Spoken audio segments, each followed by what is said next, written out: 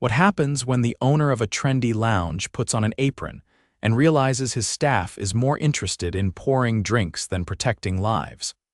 Preston Rivers stood outside the dimly lit lounge, his hood pulled over his head and aviators hiding half his face. The building didn't look like trouble.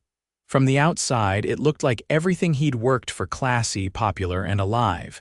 But something had felt off for months. Customer reviews had slipped. A bartender had quit without notice. And last week, the manager of this location had failed to show up for a scheduled call with the district office. He built this company from the ground up, 7 lounges spread across 3 cities. Each one had its own vibe, but this one, Midtown, was the busiest. He hadn't met most of the employees personally. The company grew fast, too fast. He trusted the right people to run things, but now, that trust felt thin. So tonight, Preston was Caleb, a new barback hired through a temp agency. New hires came in weekly, so no one batted an eye when he showed up. His beard was longer, hair darker, and he wore a set of thick glasses he didn't need. He spent the last week studying barback work just to blend in. Inside, the music was low and smooth. Leather booths, gold lighting. The place glowed. "Yo, new guy," a voice called from behind the bar. A lanky man in his early 30s, sleeves rolled, tattoos crawling up his neck. "You're with me, I'm Jonah. Let's move." Preston grabbed the bar towels and followed. Jonah was fast, efficient, and didn't say much unless it was to bark a command. As the night picked up, Preston moved crates, cleaned glasses, and stocked ice. He kept his head down, but his eyes scanned everything. The manager, a woman named Carla, arrived late again. Loud, phone in hand, drink already in the other. "Jonah, you're short one server tonight," she said without looking up. "Figure it out." "We're always short one server," Jonah muttered under his breath. Preston caught that. An hour later, the bar was packed. Preston was behind Jonah, scrubbing a spill off the counter when a man stumbled against the bar, slurring his words. "Another whiskey," the guy said, barely keeping his eyes open. Preston glanced at the time. The guy had already been here for a while. His shirt was wrinkled. He'd knocked over a stool earlier. Jonah poured the drink anyway. "Hey," Preston leaned in. "Shouldn't we cut him off?" Jonah didn't look up. "He's fine, he's a regular. Tips well." Preston froze. "He can barely sit straight." "Not your call, Caleb," Jonah snapped. "You're just here to clean." The drunk man wobbled, leaned too far back, and nearly collapsed. A server caught him mid-fall. Preston moved fast and helped get him onto a booth. "Someone needs to get him a ride," Preston said. Carla walked by, glanced at the scene, and shrugged. "He'll sleep it off. It's not our job." Preston's stomach churned. He stepped outside for air. A young server named Brielle followed, clearly shaken. "I hate when they do this," she said quietly. "I've called rides for people before, got yelled at for it." "You did the right thing," Preston said. "No one cares here. We're just supposed to keep drinks flowing." He nodded slowly. "How long has it been this bad?" "Months," she said. "Jonah runs the bar like a machine. Carla barely shows up. We're always short. No one listens unless you screw up." Preston's chest tightened. He didn't expect this. He thought maybe a few customer complaints were exaggerated. But this was dangerous. He went back inside. The drunk man was gone. Someone had helped him out. Jonah was already mixing more cocktails. Carla danced near the DJ booth. Preston worked the rest of the night in silence, watching everything. He helped a server clean up a broken glass. He refilled water for a couple quietly waiting at the bar. No one noticed the barback showing more care than the manager. At closing time, Brielle walked toward him. "You're not like the others," she said. Preston smiled a little. "Maybe I'm just old-fashioned," she laughed, then hesitated. "But thanks for saying something earlier." He nodded and walked out into the cold night. His hands were still shaking. He'd seen enough for one night. But he wasn't done. Preston returned 2 nights later. The shift schedule hadn't changed. Same short staff, same atmosphere. He arrived through the back entrance where deliveries were unloaded and found the hallway still littered with empty boxes no one had bothered to break down. The lock on the side door stuck again. He had to shoulder it open. Inside, the lounge was already warm with noise, though the sun hadn't fully set. Jonah was prepping the bar with the same speed and sharpness, and Brielle was folding cocktail napkins behind the host stand. Carla was absent. Again. Preston walked in quietly, grabbed an apron, and started filling the ice wells. "Caleb," Jonah called without looking up, "run to the walk-in. We're out of limes." Preston paused. "All ready. Unless you want to serve gin and tonics with a twist of nothing, move." He nodded, wiped his hands, and slipped into the hallway. The walk-in freezer door was barely shut. Inside, the air bit at his face. The produce bins were half empty and the limes were shoved in the back, still in shipping netting. He reached for them, then noticed something else. The fridge temperature gauge was blinking, reading 5 degrees too warm, not a good sign. Food safety training made that clear. When he returned, Jonah didn't ask about the delay. Preston sliced the limes quickly, ears tuned to the bar banter. A couple of regulars joked with Jonah, who moved between them with smooth familiarity. His tone changed when Brielle passed. "Hey, sweetheart," Jonah called over his shoulder, "we're out of glassware again. You want to stop folding napkins and do something useful?" She didn't answer right away. Preston watched her jaw tighten. "I just finished restocking the back shelves," she said calmly. "I'll grab more," Jonah laughed, not kindly. "Sure you did." Preston met her eyes as she passed. She didn't say anything, but the slight twitch in her expression said enough. As the night deepened, the crowd swelled. A trio of women walked in well-dressed, mid-30s, confident. They took a booth near the bar, and Preston noticed the smallest of the group glancing around, clearly trying to get someone's attention. After a few minutes, she approached. "Excuse me," she said to Jonah, "we've been here a while. Could we get some menus?" Jonah looked her up and down, then looked away. "Your server'll handle that," he said. "There hasn't been one," she said. "Then wait," he muttered. "It's a bar, not room service." Preston felt heat rise in his chest. He stepped around Jonah, grabbed 3 menus from behind the counter and handed them to the woman himself. She took them, surprised but grateful. "Thanks," she said. Preston nodded and returned to the bar. Jonah didn't say anything, but his jaw was set tight. By 10, the place was full. One server, Mia, Preston learned her name, was visibly overwhelmed, darting from table to table with a notepad in one hand and a tray in the other. She passed Preston quickly. "I just got sat again," she said. "I haven't even rung in the last table's drinks." Preston stepped in. "Tell me what they ordered, I'll get it started." She hesitated, then rattled off the order. He repeated it back, then moved behind the bar. Jonah glanced over. "You mixing now?" Preston kept his tone even. "She's drowning." Jonah scoffed. "She always is." Preston turned to the register. Jonah didn't stop him. He made the drinks nothing complicated and handed them off to Mia as she passed. She looked like she could cry from relief. An hour later, Carla finally arrived. She wore a new blouse, heels too loud for the concrete floor, and carried a to-go coffee she didn't buy there. "Sorry," she said to no one in particular. "Traffic." She didn't look rushed. She didn't ask what she'd missed. She walked straight to the back office. Preston followed, careful not to draw attention. He waited a few moments, then knocked twice and opened the door. Carla looked up from her phone, startled. "You're not supposed to be back here," she said. "I needed to tell you something," he answered. "The walk-in fridge is running warm, and there's a customer who waited 20 minutes before anyone even greeted her." Carla sighed. "Okay." "Tell Jonah." "I did. He ignored it." She leaned back in the office chair, clearly annoyed. "Look, this isn't your job. You're a barback. Clean, stock, and stay out of it." Preston didn't move. "I also saw Jonah speak to Brielle in a way that wouldn't fly in any decent workplace." Carla's eyes narrowed. "I'm not going to discipline my best bartender because some temp doesn't like his tone." Preston stepped back. "Got it." He left the door open as he walked out. By midnight, the floor was sticky. The dishwasher was backed up. Jonah had started pouring heavier, and Preston noticed a young man at the bar nodding off between sips of rum. No one said anything. Brielle approached him discreetly. "That guy's been here since 8, she said. "He's alone." I tried to ask if he was all right earlier. Jonah told me to mind my business. Preston didn't hesitate. He walked over to the man, leaned in gently. Everything all right, sir? The man blinked slowly, then shook his head.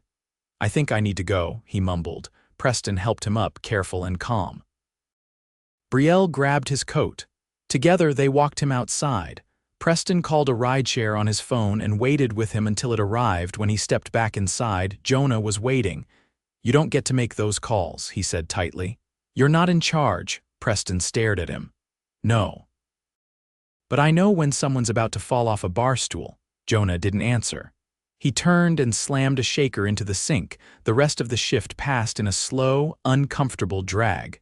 Carla never left the office. Jonah barely spoke. Brielle and Mia worked like ghosts, trying not to rattle the walls. At closing, while everyone cleaned, Preston pulled Brielle aside. If you don't mind me asking, he said, why haven't you left? You're clearly good at what you do. She wiped a glass, considering her answer. I need the money. I'm saving for a certification program. This place is chaos, but I make enough in tips to stay. Most nights, he nodded. If it were run right, would you stay? She looked surprised by the question. Yeah, she said. If someone actually cared, I'd stay. He offered a quiet smile. Thanks for being honest. The lights dimmed. Staff filtered out into the night. Preston lingered a moment, the last to leave. He looked around. The bar still glowed. The leather booth still looked rich.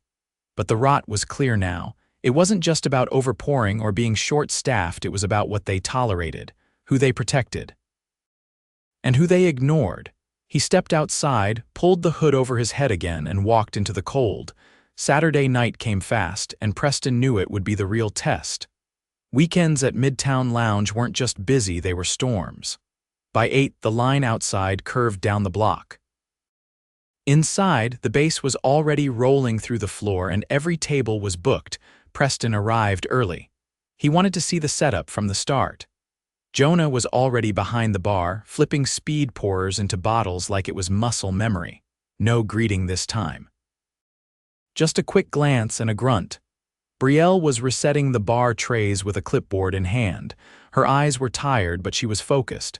She didn't speak until Preston passed her by the soda gun. You here? She asked. Mia called out, said she lost her voice. Preston nodded. So we're down another server? Brielle didn't answer. She didn't have to. By 9, the place was packed and the warning signs were already flashing. Jonah was pouring doubles without measuring. Carla still hadn't shown, and 2 new servers, temporary hires, were standing near the host stand, unsure what to do. Preston stepped in again. Not because it was his job, because no one else was. He pulled one of the temps aside, a tall kid named Omar, barely 21. Stick to the left half of the lounge. Take smaller sections and check in every 15 minutes. Don't worry about the POS system, I'll help key your orders. Omar looked relieved. No one explained anything. I know, Preston said. We'll get through it. Across the bar, a group of college students were celebrating something, maybe a birthday, maybe just the weekend, but they were loud, and one of them was already slurring. A tall woman in a red dress waved at Jonah for another round. As Jonah poured, Preston noticed him slipping bills from the tip jar into his apron pocket. Not once, twice. Then again, the drawer hadn't been counted yet. Preston kept watching. Jonah moved fast, but he didn't miss things. He knew the cameras in the lounge didn't cover the bar directly. He'd made sure of it when they were installed, back before Preston stopped managing on site. He hadn't changed. The night wore on, and things got worse. A guest at the bar, a man in a suit, clearly wealthy, clearly entitled, kept snapping his fingers at Brielle. Then, when she reached over to collect his glass, he leaned in, too close, and said something that made her freeze. Preston dropped the bar rag and walked over. Is there a problem? He asked evenly. The man turned, mockingly surprised. No problem, just enjoying myself. Brielle stepped back. Her hands were shaking slightly. She's working, Preston said. You don't touch staff here. If you continue, you'll be removed. The man's jaw twitched. And who are you? Preston didn't answer. He turned to Brielle. You all right? She gave a quick nod, but her eyes didn't meet his. Preston looked to Omar, who was passing by. Go get security. The man stood, puffing up. You serious? Preston didn't raise his voice. You'll finish your drink somewhere else. Security arrived within minutes. 2 contract guards who worked weekends. They escorted the man out without incident. The manager still hadn't shown. Brielle disappeared into the back. Preston gave her space. Near midnight, Carla finally appeared, holding a shopping bag and walking in like a guest. She didn't check the bar, didn't ask who was covering for Mia. She walked straight to table 12, where a group of her friends were seated, already halfway through a bottle of house wine. Jonah poured them another, free-handed, then walked off without entering the sale. Preston followed him into the dish pit. You didn't ring that table in. Jonah looked over his shoulder, annoyed. They're Carla's. She comps them all the time. That's not the policy. Jonah leaned against the sink. You got something to say it. You've been pocketing tips, overpouring, ignoring guest safety, and harassing your coworkers. That's not bartending. That's stealing and misconduct. Jonah laughed once, sharp and humorless. You're a barback, you don't have the authority. Preston stepped closer. You sure about that? Jonah's expression shifted, not fear recognition, then disbelief. No way. Preston pulled off his glasses and stared at him. Name's not Caleb. Jonah stepped back, blinking. You're Rivers? Preston nodded once, and you're done. Jonah opened his mouth, but nothing came out. He looked toward the bar, then toward Carla's table, like someone might step in. No one did. Preston turned and walked out front. The music was loud, but he raised his voice just enough. Everyone, he said, I need your attention. The servers paused. Brielle had just returned from the back, her eyes red. Omar froze mid-step. Carla looked up from the booth, confused. My name is Preston Rivers. I own this lounge. I've been working undercover here for the past 3 nights. Silence fell. I've seen things that don't meet our standards, things that put guests in danger, damage our reputation, and disrespect our staff. That ends tonight. He turned toward Jonah, who was now standing behind the bar with his arms crossed. Jonah, you're terminated. Immediately. Security will escort you out. Jonah barked a laugh, but no one joined in. When security approached, he didn't resist. He looked more stunned than anything else. Preston faced the room again. Carla, join me in the office. Now, she stood slowly, trying to smile like it was a misunderstanding. Preston, I didn't know you were office. Now, she hesitated, then walked ahead of him. Inside, the air felt heavier. You've been absent, negligent, and complicit in misconduct, Preston said. You've allowed your staff to be harassed, your bar to be mismanaged, and your position to become a liability. Carla straightened, defensive. I didn't know Jonah was, you knew. You chose not to act. He reached into his coat and laid a termination letter on the desk, effective immediately. Her face hardened. You can't run this place without a manager.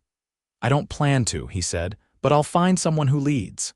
She left without a word. Preston stayed in the office for a few moments, breathing, thinking.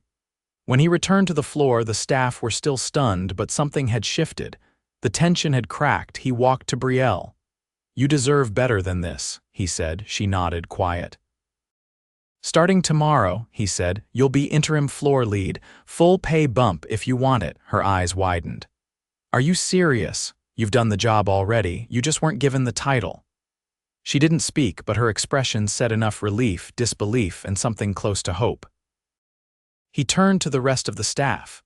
We'll be closing Monday for an emergency meeting and retraining. You'll all be compensated, and we'll be hiring new staff to fill the gaps. You won't be overworked anymore, and no one will be ignored. Omar raised his hand, awkward but earnest. Do we still finish the night? Preston looked around. The guests were still sipping cocktails, unaware of the internal shift. Yeah, he said. Let's finish strong, then take tomorrow to breathe. Everyone scattered back to work, but the energy was different now. Orders were filled faster. Servers leaned on each other more. Even the music felt lighter.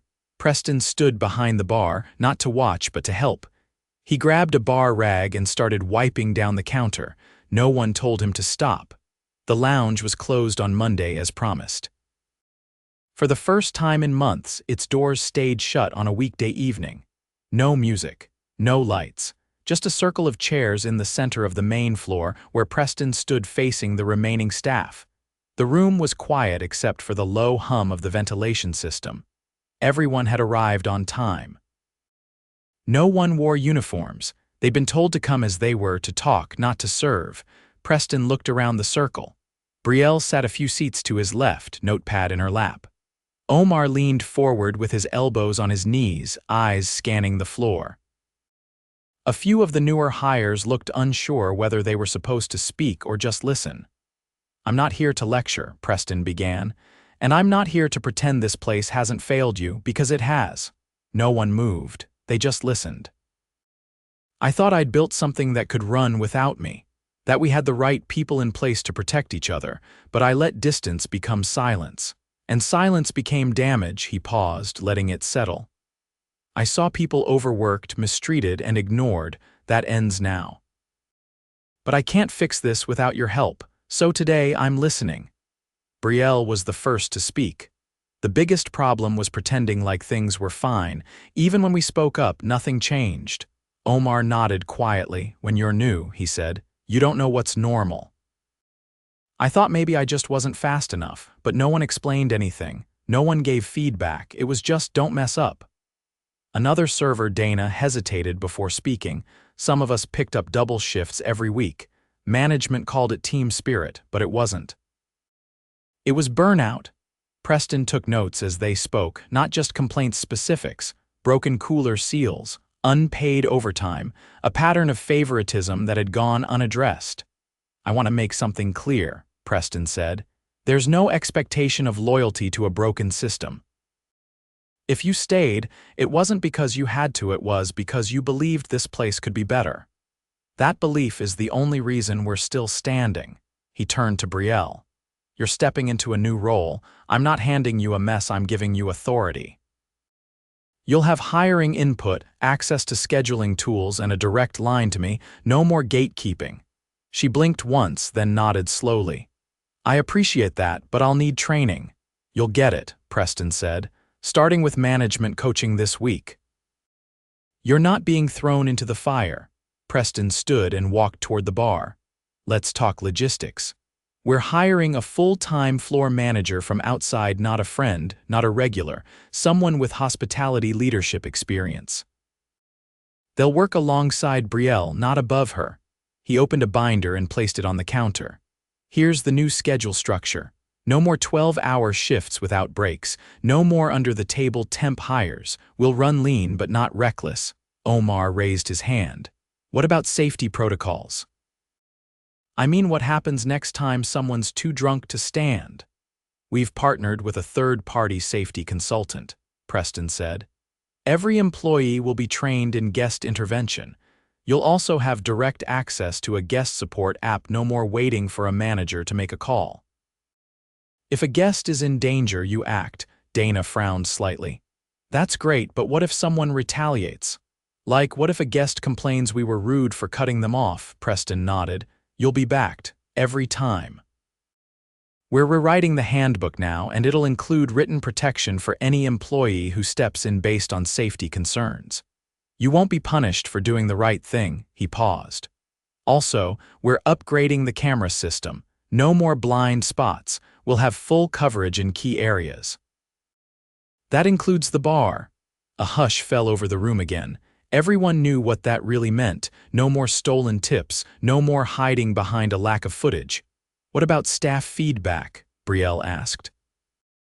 "There were things we didn't say because we didn't think it mattered." "We're installing a private reporting portal," Preston replied. "Anonymous if you want it, but more importantly, I'll be present. Every week. Not just emails or check-ins, I'll be here." Someone in the back let out a quiet breath, almost a laugh. "I didn't think you were real until last week," they said. Preston smiled. "Neither did Jonah." That broke the tension. A few chuckles rippled through the group. Not because it was funny, but because it was finally safe to exhale.